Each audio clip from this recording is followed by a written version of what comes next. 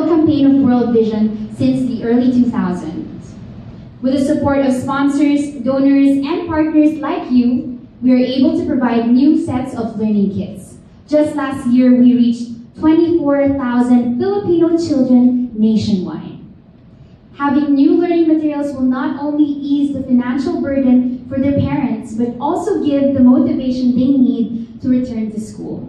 No longer do they need to feel insecure due to the lack of school supplies. Instead, they can joyfully make their way back to their journey towards fulfilling their dreams for themselves, their families, communities, and the nation. And we'll hear more about this. Something about how important education is for us, no? And how important that we're able to give and to give back to communities. And last Saturday, I was able to join the group that distributed some kits to kids in Baseco. So Jasmine was there, PS Bank was there, no? Yung mga empleyado ng PS Bank. Team World Vision yata yun, no? So, and we were so glad to see the excitement sa faces ng mga bata, no? To be together and at the same time to receive something. And kanina nung we were saying na whenever it's back to school, no? Whenever you're going, hindi lahat masaya.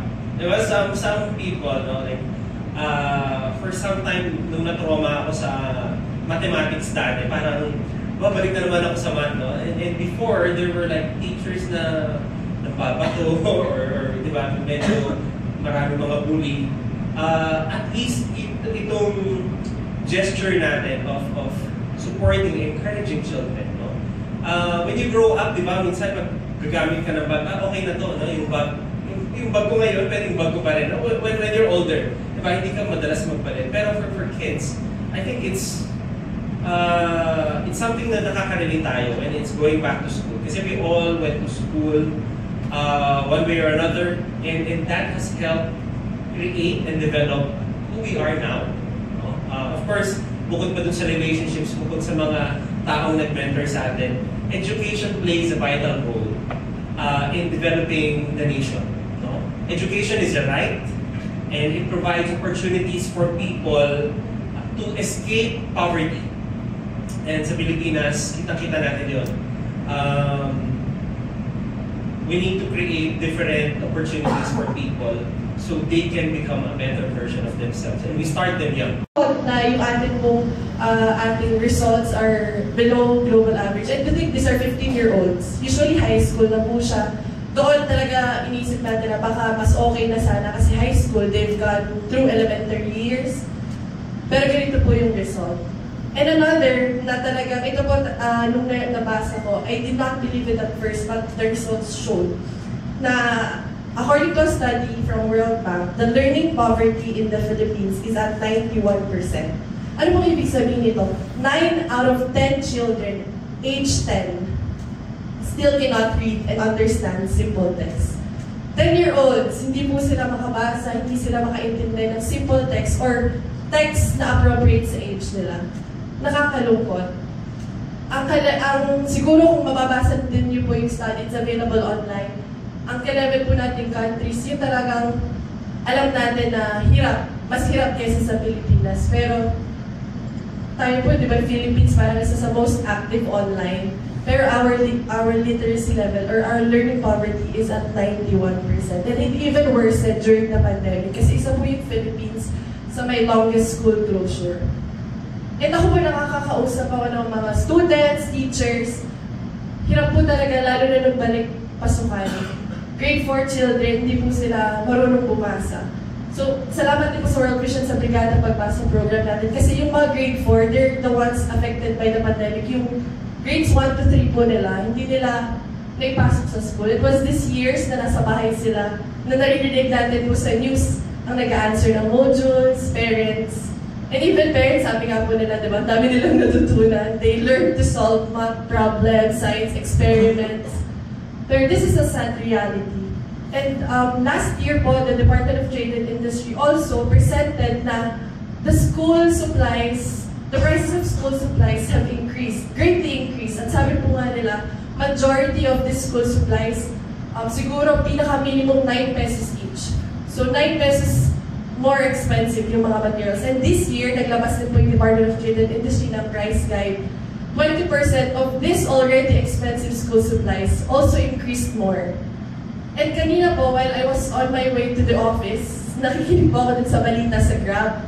Meron po dun in-interview about the price rollback. May price rollback po kanina na parang wala pang 1 pesos. Nahihirapan na po yung mga mamamayan kasi sabi nila, hindi man lang umabot ng piso.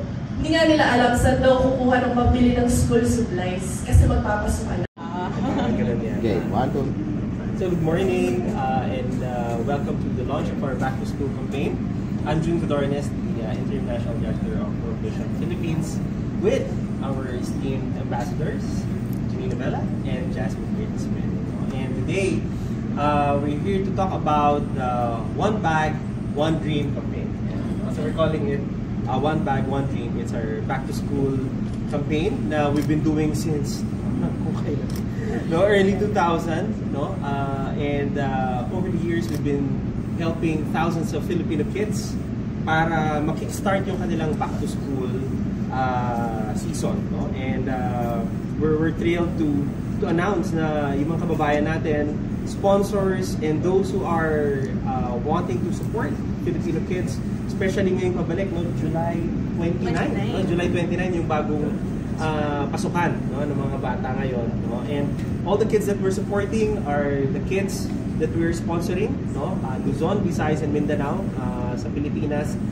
There are about 24,000 of them, plus, and iba't ibang grades, ang mga bata tinutulungan po natin galing dun sa mga areas na mayroong mga pockets of vulnerability, mga kababayan natin na medyo may challenge na pagdating sa finances. And so we're supporting these children, these Filipino kids.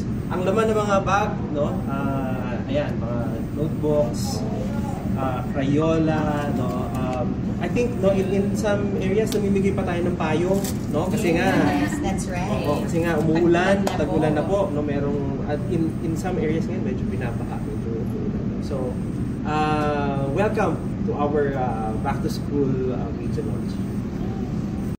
We've been doing distribution bago na magpasukan ng mga bata.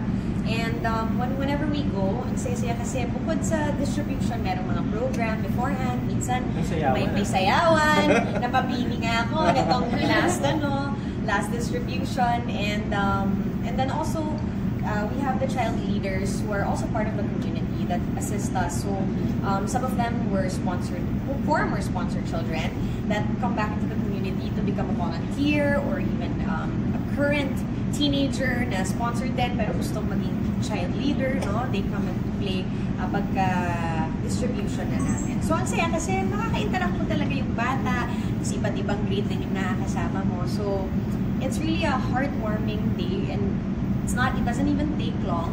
So, even if you're a sponsor and you wanna take time off and you have some time to kill or time to spare, it's a great way to spend your weekend kapag ginagawa ng World Vision pa annually. You can volunteer and be part of the distribution, or even that, not just that, you can also do their site visits kapag wala namang back to school campaign. So maraming pwedeng gawin as a sponsor and as a donor for World Vision. Okay. That it's not only on the day that the sponsors come and we have the programs, but it's the days after, the school days after. Now somebody believes in me enough to give me this back after the school supplies. Like every morning, they can open the notebook and say, "Wow, like somebody sponsored me," because they believe in my education. I think that's the power of this back to school bags. Yeah. I support World Vision's Back to School campaign. One bag, one dream.